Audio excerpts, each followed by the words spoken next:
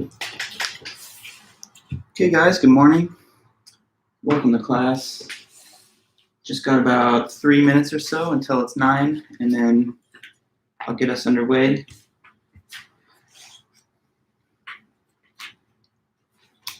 Hope you guys had a good first week so far, and everything's going well with your classes.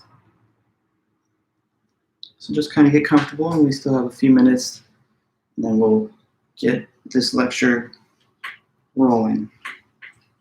Thanks for being here. Thanks for your attendance.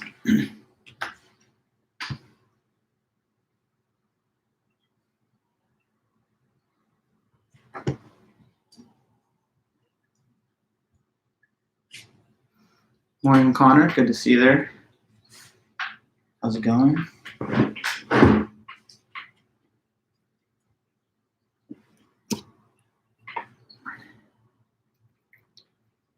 Hey, Grant, Dimitri. Good to see both you guys here so far.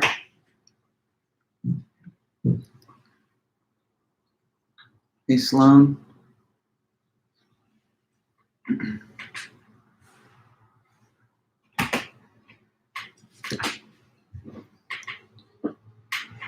Hi, everybody. Good to see everyone. Stephen, Eloise, I want to get your name right, Aberram. Well, maybe I'll find the phonetic spelling soon or pronunciation. Alex, Kylie, Drew, Ryan, Sebastian. Appreciate you guys' attendance.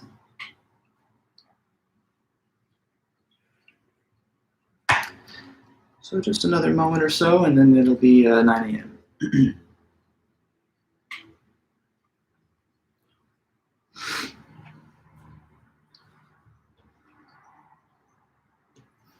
Hey, Eric.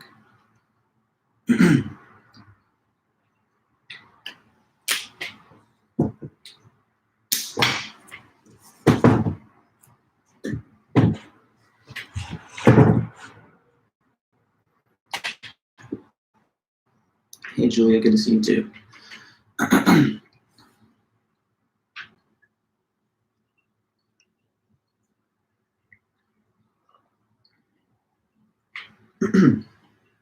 Okay, guys, and hi there, Maren. So it's now 9 a.m. I'm going to go ahead and let us get started. Thanks again, everybody, for being here. And as I would like to kind of always do, if I can remember, just anybody that's here, if you hadn't yet had a chance to put in a comment or something on the chat, go ahead and just do that, at least so there's a record of your attendance. And as I've said before too, if you have a different screen name, merely just mention your name in your greetings, and then I'll know that it was you.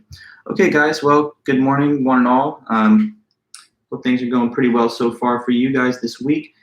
Right now, we're going to just continue through our lecture series. So basically, I'm going to try to review the material that we covered on Wednesday, and then we'll continue from there. We have some objections to this argument called the ontological argument that we have to kind of try and grapple with today. So that's the main mission of today's meeting. But before we do that, before we get to the objections, there's just a little bit of review of the argument itself that I kind of want us to do. So, I can, of course, break it down for you again, and I will, but I would like to see first, does anybody here think they could give a brief summary statement of how this argument goes? Like, how is it that Mr. St. Anselm is trying to make this case that that God exists? Yeah, I'm sure, Cameron, that it'll be no problem for you guys to get a group chat established, so you'll have plenty of people willing to do that. But to my question, though, anybody who can hear me can answer that. What do you think is the ontological argument? How is this man trying to prove that God exists? Okay, so Ryan, God exists based on the ideas and concepts of God that we have in our mind. Okay, that's a good starting point. That's accurate, but we need a little more detail. What exactly is the so-called idea that he's talking about? So that would be the jump-off point, right? He starts off by saying, you are what we believe you to be.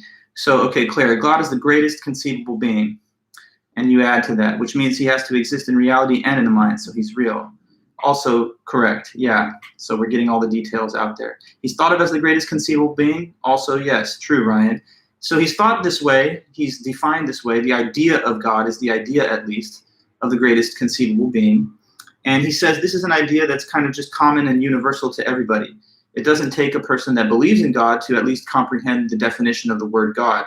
And so he says, if we can all at least establish that the definition of God is the greatest conceivable being, the being than which none greater can be conceived, he would argue from there it follows that he must exist in the mind and in reality.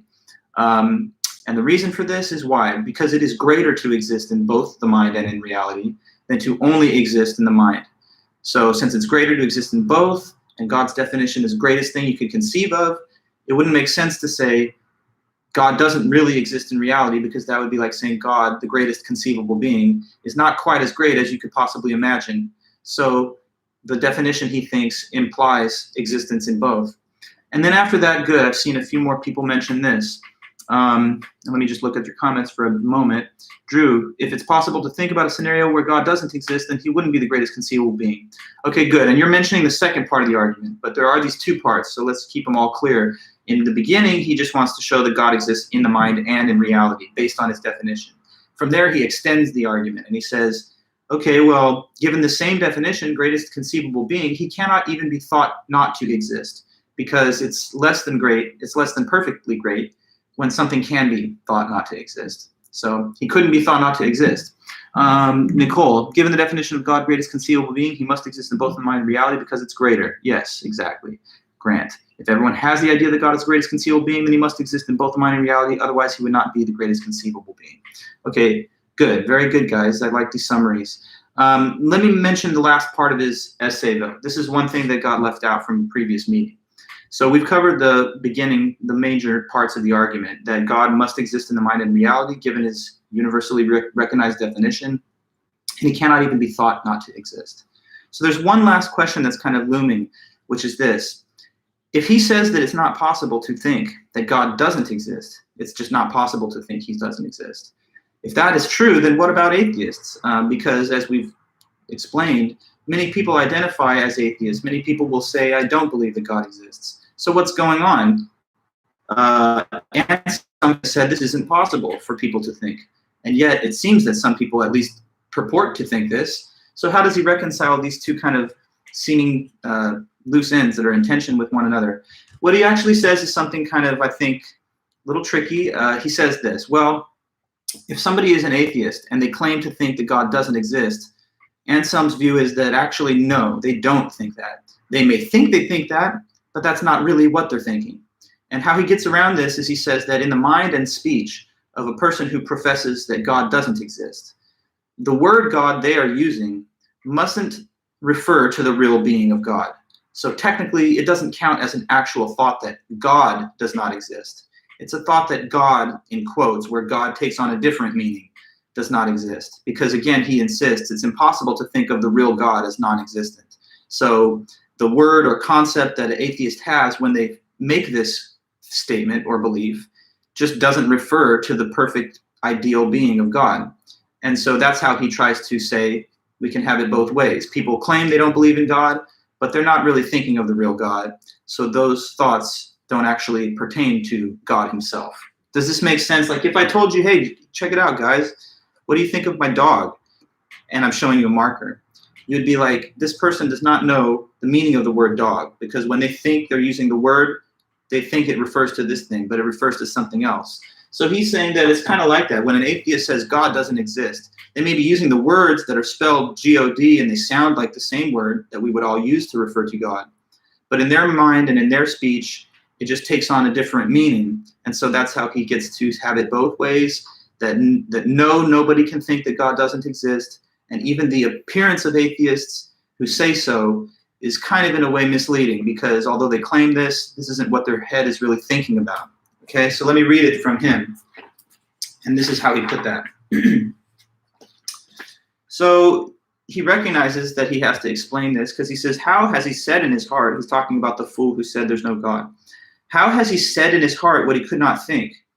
Or how could he not think what he said in his heart, since to say in one's heart and to think are the same? But if he really both thought because he said in his heart and did not say in his heart because he could not think, there is not only one sense in which something is said in one's heart or thought. Okay, now here's the key part. Okay, follow me here. Because in one sense, a thing is thought when the word signifying it is thought. In another sense, when the very object which the thing is understood. In the first sense, then, when you're just thinking of a word, in that sense, God can be thought not to exist, but not at all in the second sense, like when you're thinking of the actual thing. No one, indeed, understanding what God is, can think that God does not exist, even though he may say these words in his heart, either without any meaning or with a different meaning. Because God is that than which nothing greater can be thought. Whoever really understands this understands clearly that this same being so exists that not even in thought can it not exist. Thus, whoever understands that God exists in such a way cannot think of him as not existing. So I give thanks, Lord. I give thanks to you, since what I believed before through your gift, I now understand through your illumination. And that's how he kind of wraps the discussion up. So can anybody tell me what I just said about this last point of his essay? What did he say is the answer to this question? If it cannot be said that God does not exist, if it's not possible to think that God doesn't exist, then what do atheists think when they say that? Let me hear anybody who can comprehend this point and just kind of put it in the chat one time. And then from there, we can move on to the next author. What did he say then? What are atheists thinking if they claim there's no God? Because according to him, this thought cannot be constructed, since it would contradict God's perfect greatness. Do they think of this or not, that God doesn't exist? Okay, so Stephen, atheists use the word God with a different meaning than Anselm uses, or theists. Correct. Yeah, that's basically it, Stephen. Eric, you adding this? Theists have a false perception of God if they truly think, quote unquote, God doesn't exist. Very good. Also, yes, true. Correct. I'm glad it seems like this has come through pretty well. Sometimes people trip a little bit on this point because it's a little subtle, right? It's like someone saying words that look like the thoughts and words, God doesn't exist. To make this point that although it looks like the same word, it's not got the real meaning. Marin, atheists have a different definition of God when they say he doesn't exist. Yes. Amanda, they're thinking of a being that's not the greatest conceivable being, therefore it's not the true definition of God. All right, that all looks very good, guys. So yeah, that's his overall argument. And now I can just say all the points one last time. He begins with this definition of God, which he thinks is universal, greatest conceivable being. He then mentions that some things are just in your mind, but some things are in both mind and in reality, which is greater. So since that's greater and God's defined as greatest, he must be in both. Also, he can't be thought not to exist because that's greater than being able to be thought not to exist. And so finally, to explain what it is that atheists are thinking when they say such things, he would reject that they actually think of God in those cases, but rather of something else, maybe merely labeled by the word or name of God. Okay, so very good all around, guys. Thanks for your help with that. What we're going to now do is just talk about objections to this argument.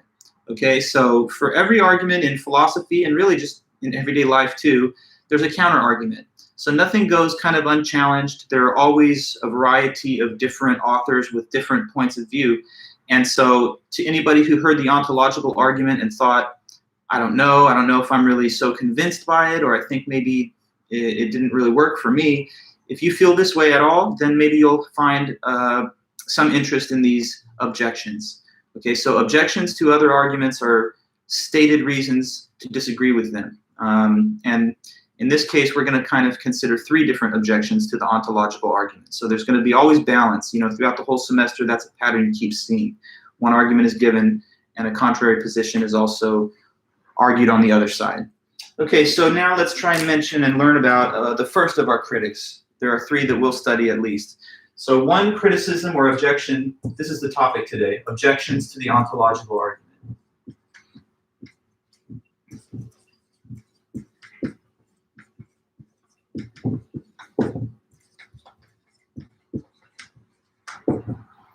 Objections to the ontological argument.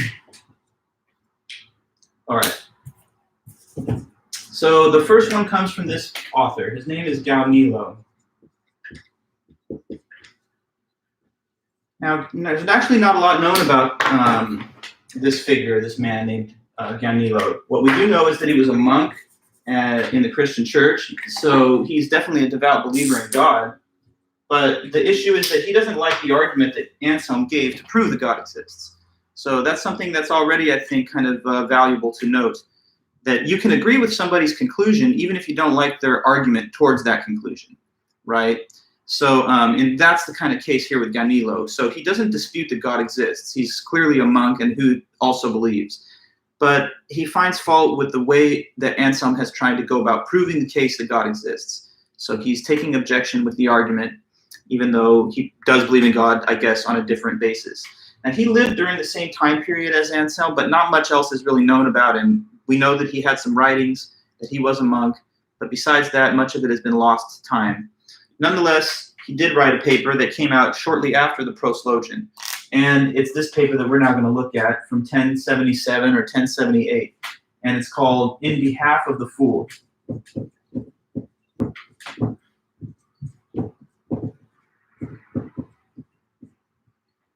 So, In Behalf of the Fool, the title is perhaps slight irony or humor almost, because if you recall, Anselm was fond of referring to the atheist as the fool, quoting from the scripture where it says, the fool has said in his heart there's no God.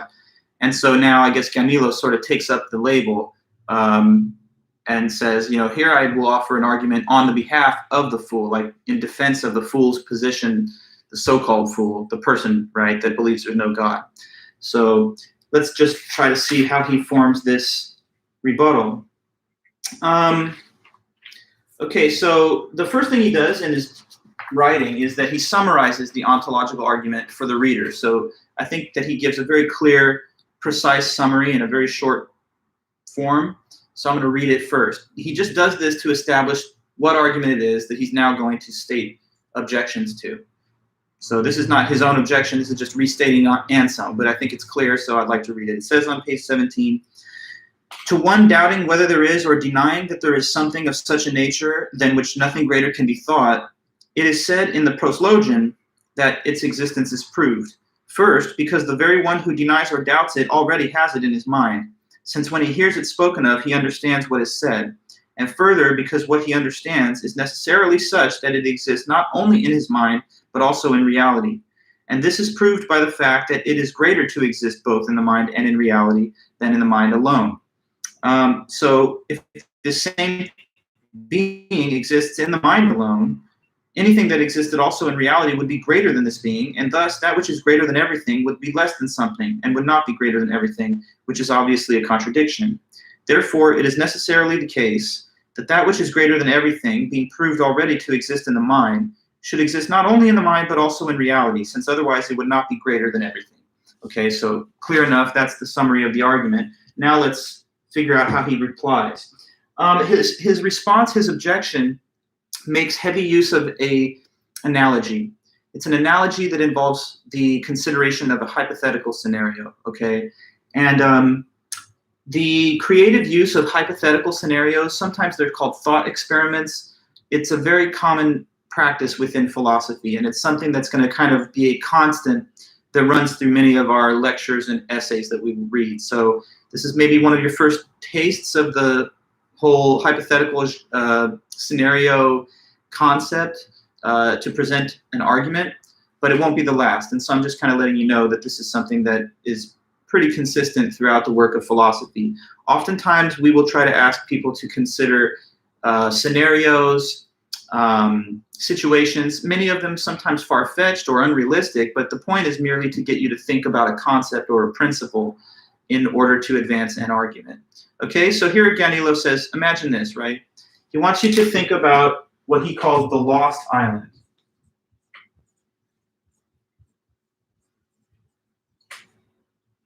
Now, the lost island, what he's talking about here is just an idea, but it's an idea of an island that's great, and not just sort of great, not even just really great, but the greatest conceivable island. Okay, so he says, imagine that this island called the Lost Island is literally the greatest conceivable island.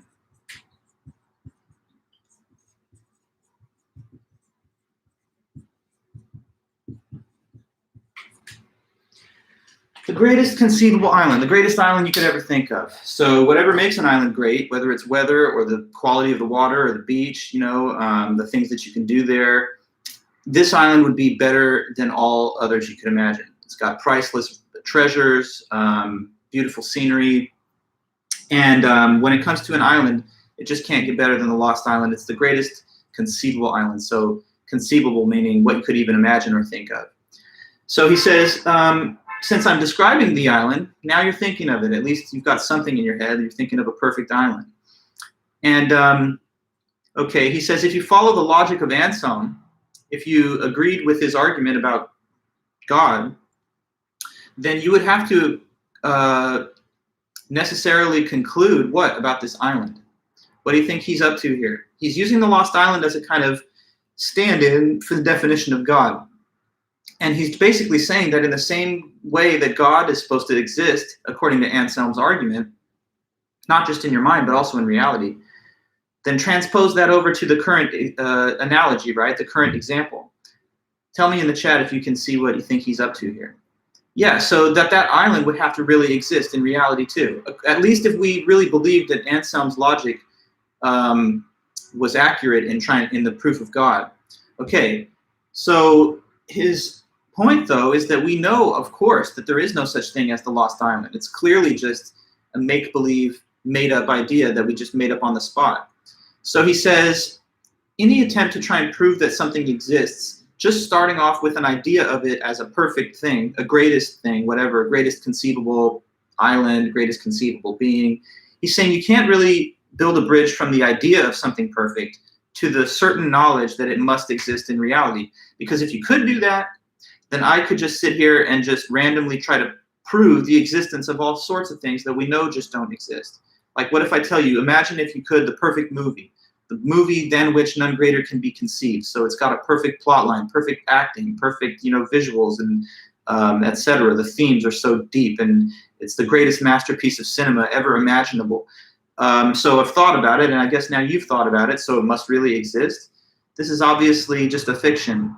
If I say, imagine the greatest burger, like people are foodies and they search the world for like the perfect specimen of hamburger. So imagine that, the burger than which none greater could ever be perceived or conceived. Now I'm telling you I have an idea of it, so it must be real because it's greater for it to be real than just to exist in the mind.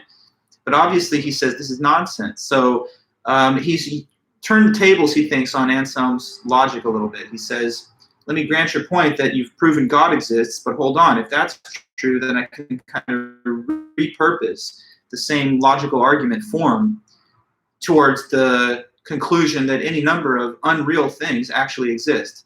So this is where he says the argument can be exposed as flawed. Now there's a tactic of argument that really both Anselm and Gaunilo have used here, and I think I would like to mention that just for a moment. So there's a way of arguing that's often utilized in philosophy, even in law, and just in everyday life, and it's called reductio ad absurdum.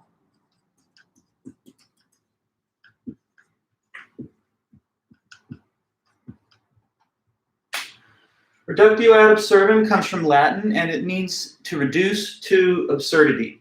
All right, so the way of utilizing this strategy is you say you want to prove something, you want to prove some position, some claim. So when you're trying by reductio to prove it, you momentarily assume the opposite of what you would like to prove, okay? So you assume, for the sake of argument, as they say, just for the sake of argument, you suppose the contrary of what you would like to prove. And then you establish that if that were the case, that it would lead to or imply something that is either impossible or absurd. And when that has been shown, it means that your original claim has to be true. Okay, so assume the opposite of what you would like to prove.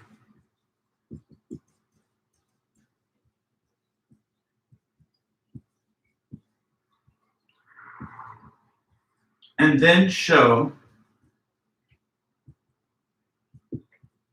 that this implies something impossible or absurd.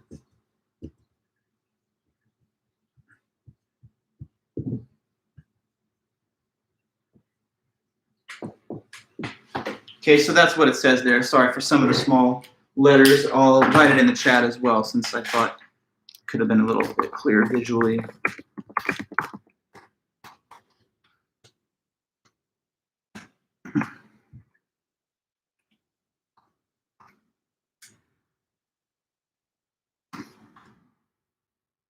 Go ad absurdum.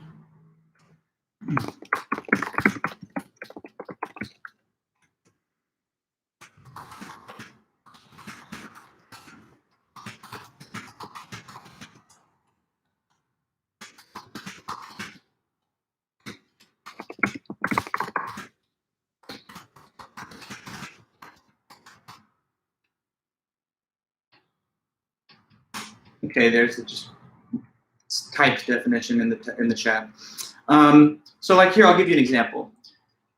Suppose that I'm engaged in debate with somebody who thinks that this world is flat, and my position is it's not flat.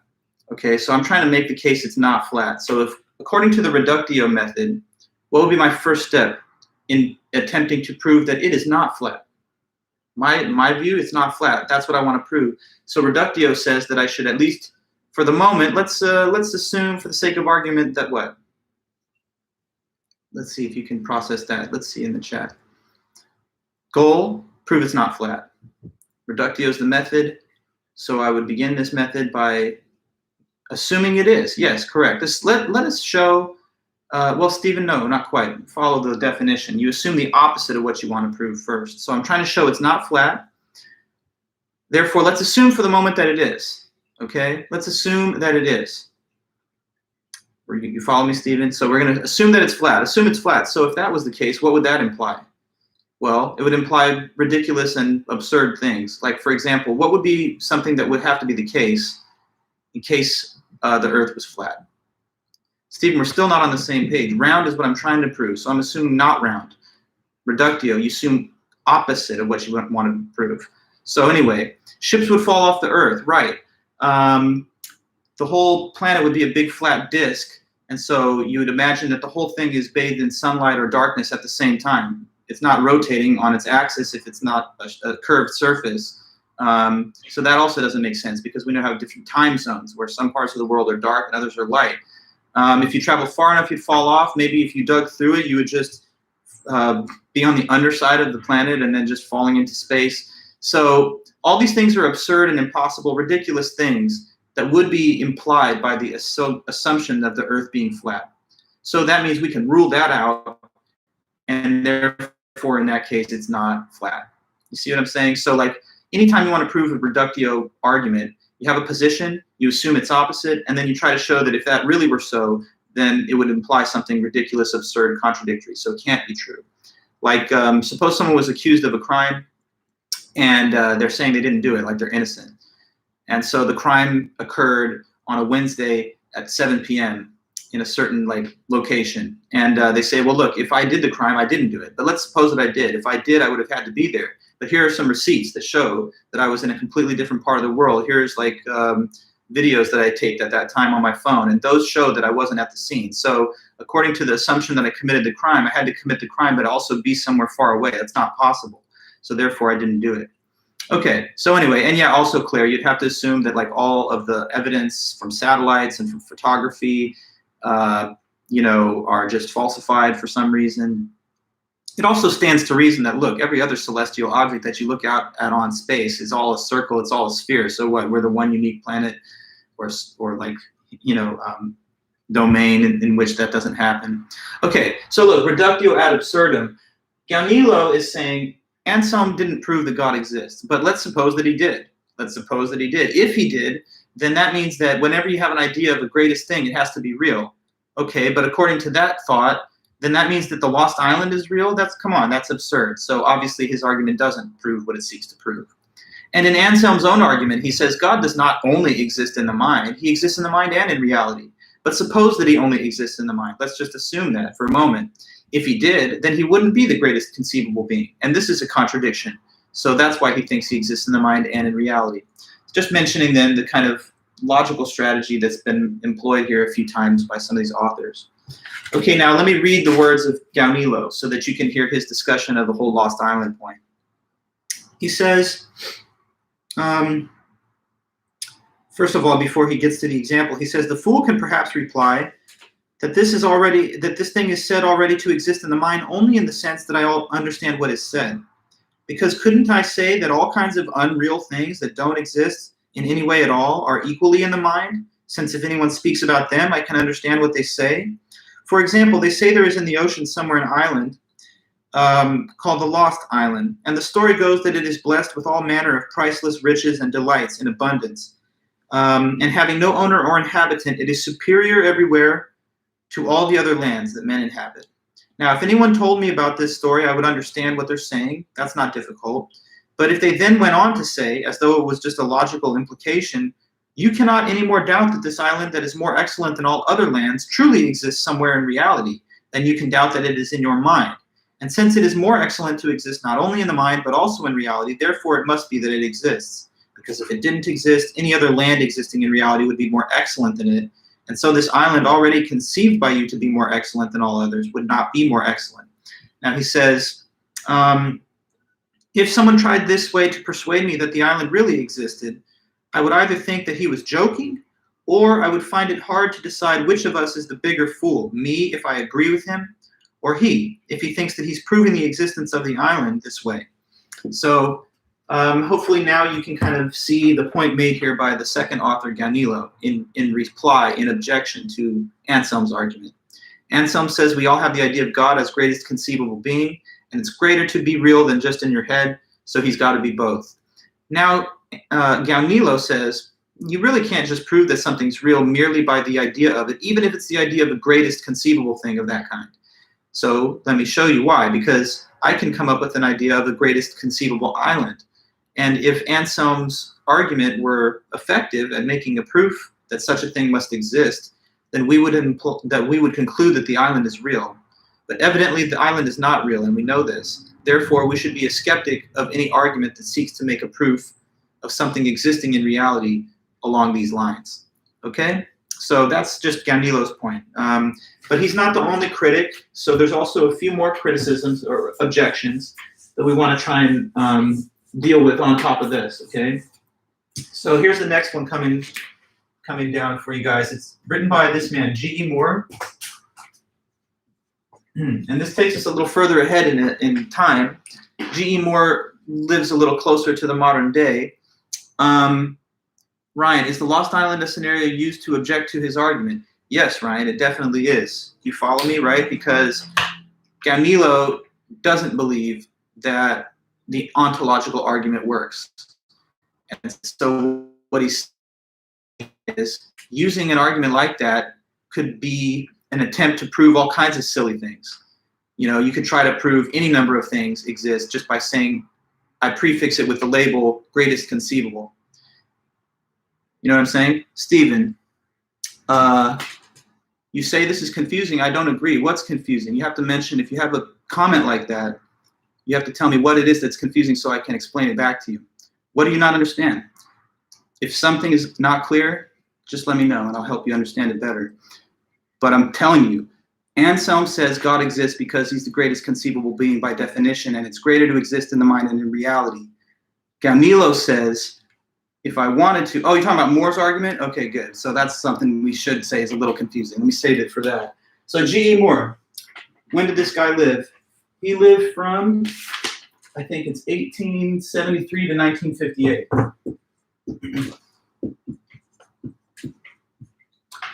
Yeah, just not to worry. I know it's sometimes confusing when you read it and you haven't had the assistance from the professor to break it down and explain it a little bit. But as weird as it may seem, none of the ideas presented by these philosophers are inherently beyond your capacity to master.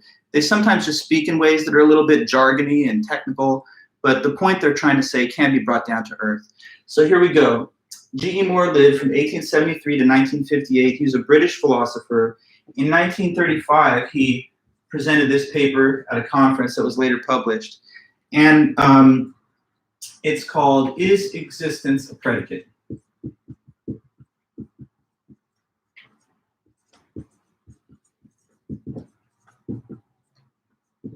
So his title of the paper is a question. The question, is existence a predicate? For us to kind of dive into this work, we got to be clear on what the word predicate even means. So predicate. Predicate is a word that's used in logic and studies of grammar, and it basically refers to an attribute or a feature of something. Okay, so like an attribute, feature, or quality of something.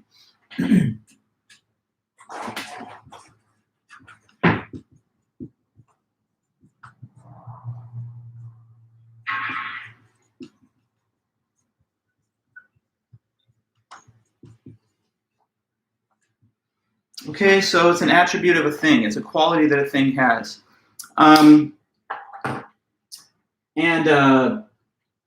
Every complete sentence, they say, has a subject and a predicate grammatically. So, for example, let me help you with a quick example. Say I tell you that the dog is brown. What would you think is the subject of that sentence? So there's a subject and there's a predicate there. And this, I think, isn't too bad. So the dog is brown. What do you think is the subject there? It's the dog, correct. So the dog is like the main thing being referred to or mentioned in that sentence. And what will be the predicate then in connection with the dog?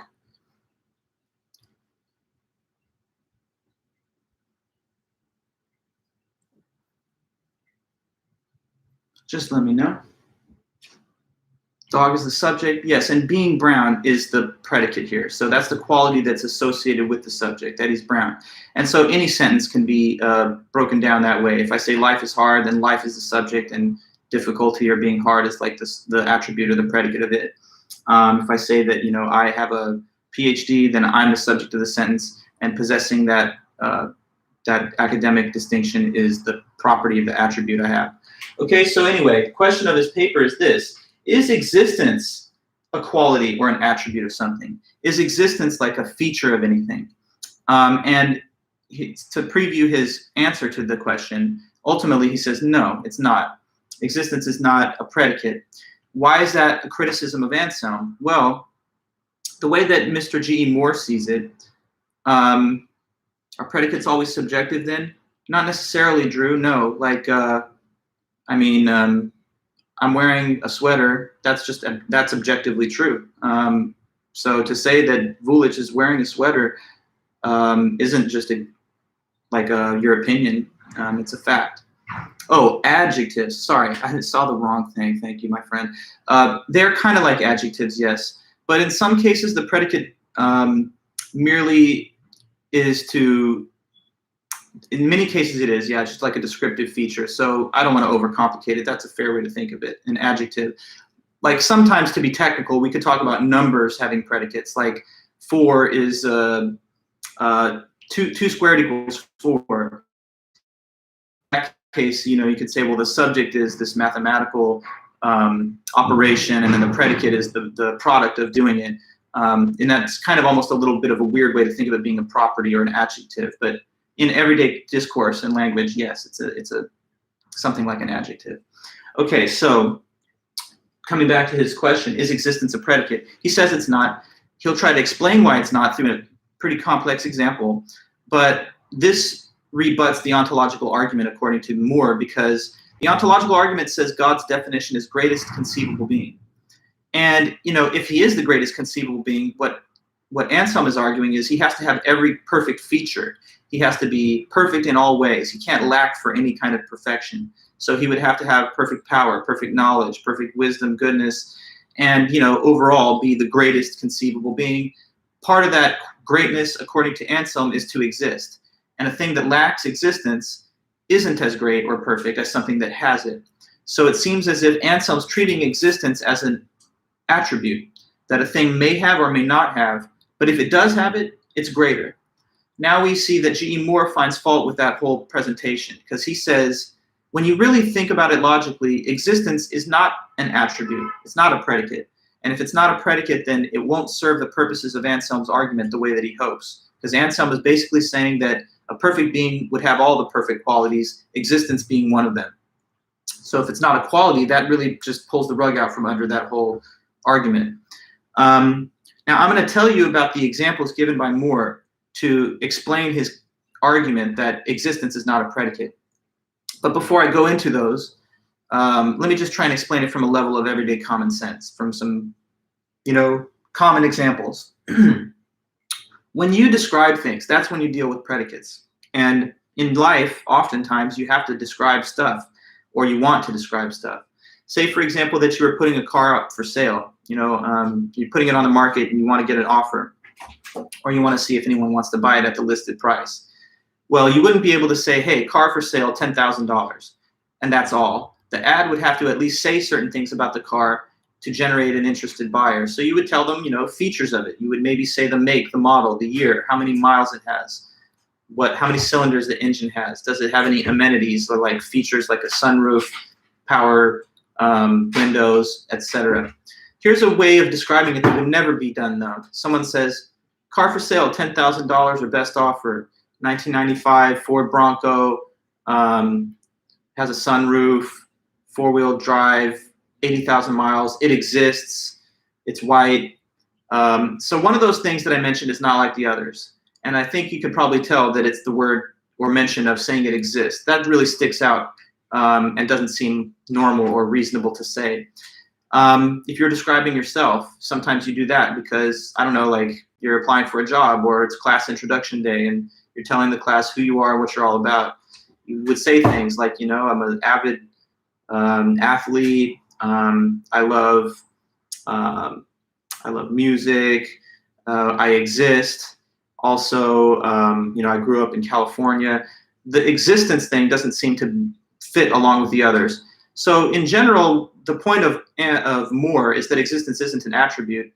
And if it's not, then it won't work to power the argument of Anselm. But as much as that may make everyday sense that you don't describe things by saying they exist, I mean, for a thing to even have attributes in the first place, it has to exist. But existence is not one of the attributes. It's kind of like a precondition for a thing to have any predicates or features. That, I think, makes easy enough sense, but we have to deal with the actual examples given by Moore. So here, let me try and help you with those. And so, Stephen, this, I guess, might have been the thing that you thought was a little confusing. So let me try and help. He says, you can see that existence is not a predicate by comparing two groups of sentences. One group of sentences in which there's a predicate and another in which we substitute the predicate for the word exist. Okay? So the sentence that he chooses to think about and focus on is this one, tigers growl. Tigers growl. Now in this case, the subject of the sentence is tigers, and the predicate given is growling. That's the feature or whatever. Now he says, with respect to this sentence, there are three possible variations on it that can all be given, and they just add this prefix. All tigers growl. Most tigers growl.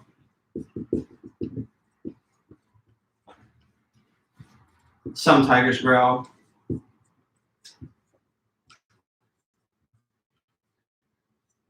Almost and some.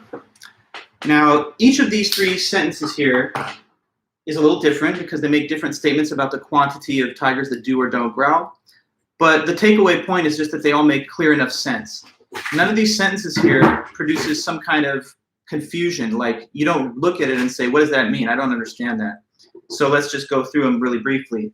All tigers growl means that every tiger growls, and there's no tiger that does not. So this means 100% of tigers growl. What about most tigers growl? Who could give me the answer there? If that is true, if most tigers growl, then what ratio or proportion of them do? What has to be the case for the second sentence to be a true one?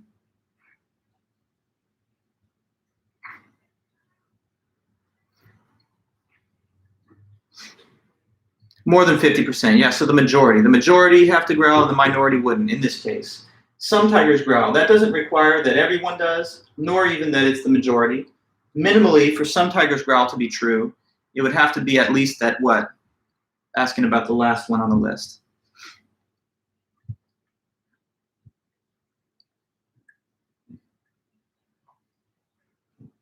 Some is very, it just only requires what? At least one, correct, yeah. It doesn't need to be more than 1%. If even one tiger growls, then it's true that some tigers growl. The only thing that would falsify this is if literally none of them do. Okay, so it seems that in this case, 20%, what a random number. No, it's just if even one of them growls. So now look, all three of these comprehensible clearly make sense. But what happens when we substitute growl with the word exist? then he says we will see that the new sentences no longer make any kind of clear sense, or at least 2 out of 3 don't. All tigers exist, most tigers exist, some tigers exist. Okay, now, hopefully you get the vibe that these new sentences here, at least these 2 on the top, they don't make any kind of coherent sense. For example, most tigers exist. When it was most tigers growl, we said that the majority of them do and the minority don't. But modeled on the same understanding as that, most tigers exist would mean that what? The majority of tigers exist, and then the minority of tigers don't exist. Now, what are we saying? That does not make sense. If you have a set of things, all of which exist, some of which have a feature and others which don't, it's possible to divide the category of them up into the 2 groups.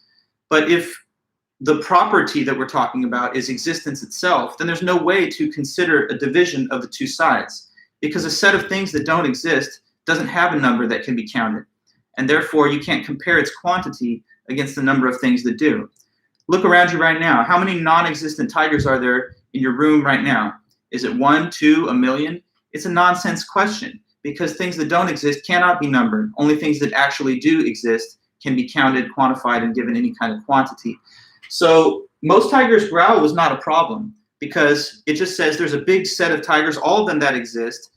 Some of them, most of them have this feature, and less of them don't. But with most tigers exist, we cannot divide up a category, a class of beings into those which have existence and those which don't exist, because things that don't exist don't have a number. They're literally nothing at all. So we've lost the ability to make coherent sense of the sentence here when we substituted exist for growls. Same with all tigers exist, because that would mean that each tiger exists and there's no tiger that does not exist. For us to parse that, we would have to have some kind of working understanding of what it is to be a non-existent tiger. And yet again, that's a kind of contradiction in terms. A thing that doesn't exist is nothing. How about this version of the sentence? Some tigers don't growl. Quickly switching back to growl for a minute. Some tigers don't growl, stated in the negative, is not difficult to understand. It just means that there's at least one tiger somewhere that doesn't have the feature of growling. But if I replace growl, the predicate, again with the word exist, we have a nonsense sentence. Some tigers don't exist. What? Some tigers don't exist, like some tigers aren't real things. And that, again, does not make sense. So in substituting the predicate for the word exists, almost all the sentences make no sense at all. This one, he says, is the one and only that kind of makes some sense, because some tigers exist doesn't require a comparative between the case of those that do and those that don't exist. But having seen that the meaningfulness of the statements breaks down when we substitute the predicate for growls, he thinks that exposes to us the logical misbehavior of the word exists as a predicate.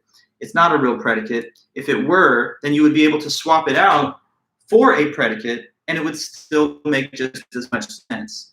And you know, any other actual predicate that we could have switched out for growls would not have led us into this confusion. Suppose that the predicate was happy. All tigers are happy, most are, some aren't. You know, in that case, there's no kind of confusing analysis as to what it means.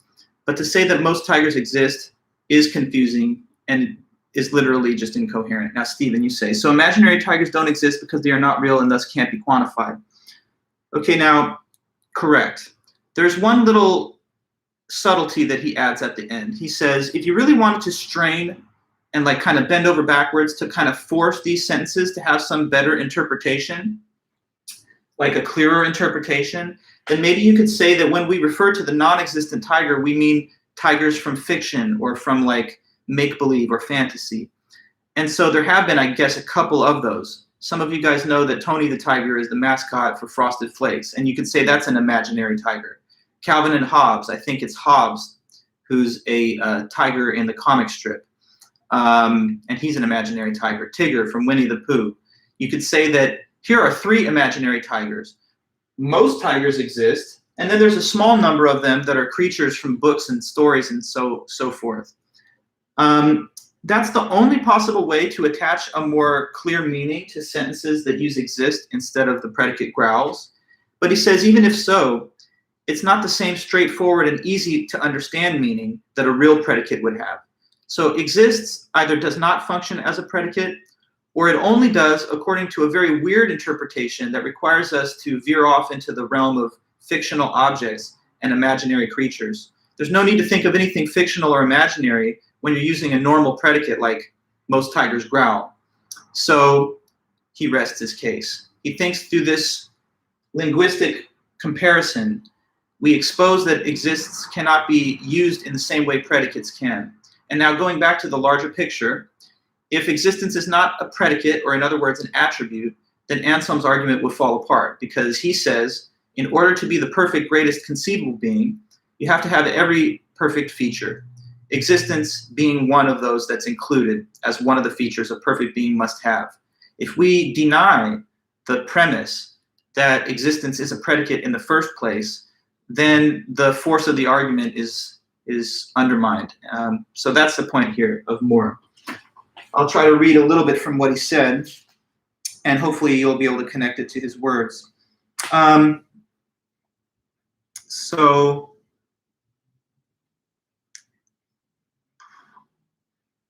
one note also in the text, he has this slightly more complex statement, tame tigers growl. So that word tame, in the presentation here in class, I've omitted it because it doesn't add anything to the analysis or explanation, and I think it just confuses the reader somewhat, because tame is another predicate, and he doesn't even deal with it. So as I read it here, I hope it will strike everyone that there is something strange about the sentence, most tigers exist. It seems to imply that all tigers exist and most tigers exist have a clear meaning. But is this in fact the case? Have all tigers exist and most tigers exist any meaning at all? Certainly they don't have a clear meaning, as all tigers growl and most tigers growl. They are puzzling expressions which don't carry their meaning, if they have any, on the face of them. That this is so indicates, I think, that there is some important difference between the usage of exist and the usage of such words as growl or scratch, real predicates. I think this can be made clear by comparing the expressions some tigers don't growl and some tigers don't exist. The former, don't growl, whether true or false, has a perfectly clear meaning, and it's perfectly clear what it means. But with some tigers don't exist, the case is different. The meaning is very strange and not clear. Has it any meaning at all? If it has any, it would appear that it says there are some tigers that don't exist. But what does this mean? And it's just not clear. At the end, he says, the meaning which such expressions as some tigers don't exist sometimes has is that which it has when it is used to mean the same as some tigers are imaginary, or some tigers are not real. That some tigers are imaginary may express a proposition, which I don't think can be denied. If, for example, two different stories have been written, each of which is about a different imaginary tiger, it will follow that there are at least two imaginary tigers. But as we go a little bit further on, he says, the sentence, there are some tigers which don't exist, has a meaning, I guess, if it means only that there are some imaginary tigers in the sense that I've pointed out. But what it means is either that some real people have written stories about them, or having hallucinations about them, or are dreaming of them. If some tigers don't exist means all that, isn't it clear that it does not in this sentence have the same comparatively simple meaning as it has in the affirmative statement that some tigers do exist? So by means of this analysis, this linguistic comparison, the author thinks he's made his point that existence isn't a predicate. If not, then the Anselm argument doesn't function to prove that God must have this predicate if he is going to be the greatest conceivable being. Okay, guys, so that's about it for today's meeting. On Monday, when we come back, we're going to just take one quick look at one final objection to Anselm, and then we're going to switch gears to a new argument and a new set of arguments for God's existence. So we'll kind of wrap up ontological argument objections on Monday, and then press forward from there with new and different arguments to consider. So thanks, everybody, for being here. I hope you guys get your whatever Snapchat or group chat settled, because you should do that outside of class if possible. But yeah, please do so. And other than that, guys, have a great weekend. If you need anything between now and Monday, do let me know, and I'll be happy to answer any emails. Also, did anybody notice my Zoom link that I distributed this morning? That's just for my Friday office hours. People, of course, don't have to go, but if anybody ever wants to, you can use that link, and you find me from 11 to 12 each Friday. So I sent it out this morning for anybody interested. Okay, guys, well, take care. Thanks so much, and I'll see you guys soon, all right? Bye-bye.